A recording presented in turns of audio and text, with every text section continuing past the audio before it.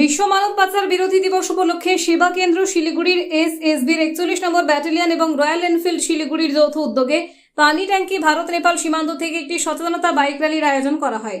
র্যালিটি পানি ট্যাঙ্কি থেকে নকশালবাড়ি, পানিঘাটা, দুধিয়া হয়ে মিরিক পর্যন্ত যায়। এই কর্মসূচির মূল উদ্দেশ্য ছিল সীমান্তবর্তী এলাকায় মানব পাচার সম্পর্কে জনসচেতনতা বৃদ্ধি এবং সন্দেহজনক কার্যকলাপ দেখলে দ্রুত প্রশাসনকে জানাতে সাধারণ মানুষকে উৎসাহিত করা।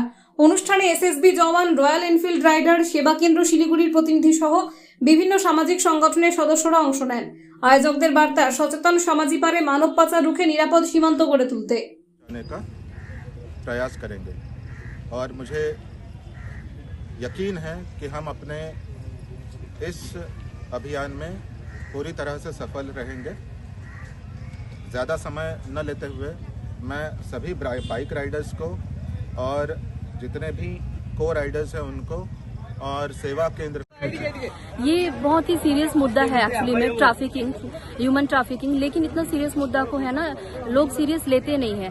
और तो हम लोग सोचते हैं कभी कभी कि जब बड़े ब्रांड के मुंह से अगर कुछ भी एक बात भी निकला होता है तो वो लोग समझते हैं और उसे थोड़ा उन पे फोकस होता है। इसीलिए हम लोगों ने सोचा कि ब्रांड कोलैबोरेशन के साथ में ये हम लोगों का स्पेसिफिक डे को हम लोग ऑब्जर्व करेंगे। इसलिए राइडर्स कॉर्नर्स को हम लोगों ने चुना ताकि लोगों को लगेगा इतने बड़ी कंपनी अगर ऐसे मुद्दा पे आवाज उठाती है या फिर उनके लिए खड़ी होती है तो ये बहुत सीरियस मुद्दा है। यही हमारा लोगों को जागरूक करने का जो है उद्देश्य है। कितने बाइकर्स हैं यहाँ पे 40 बाइकर्स हैं। 40 बाइकर्स हैं जी। और इसमें नेपाल के जो प्रतिनिधि आए हैं उनसे भी क्या आशा करते हैं फ्यूचर में किस तरह की कोऑर्डिनेशन होना?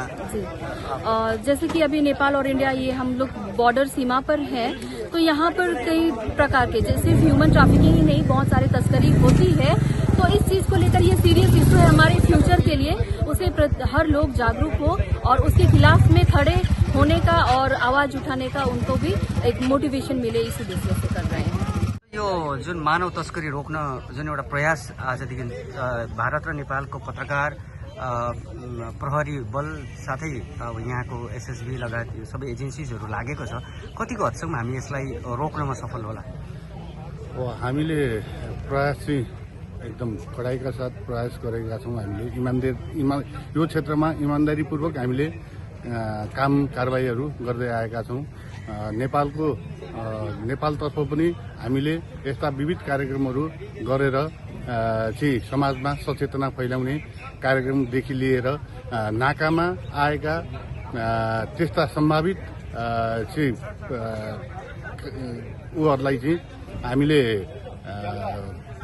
नियन्त्रण गर्ने, त्यहाँ चाहिँ 4-5वटा चाहिँ यो मानव बेचबिखन विरुद्धका संस्थाहरूसँग सहकार्य गरेर र पर्यो भने हामीले यस एसएसबी, इन्डियाका एसएसबी चाहिँ कोतवाली पुलिसहरूसित समेत समन्वय गरेर हामीले त्यस्ता कार्यहरूलाई निरुत्साहित गर्दै आएका छौँ र अब आइन्दा दिनहरूमा पनि हामी यस तर्फ हामी अलिक कडाइका साथ नै प्रस्तुत हुने छौँ। धन्यवाद।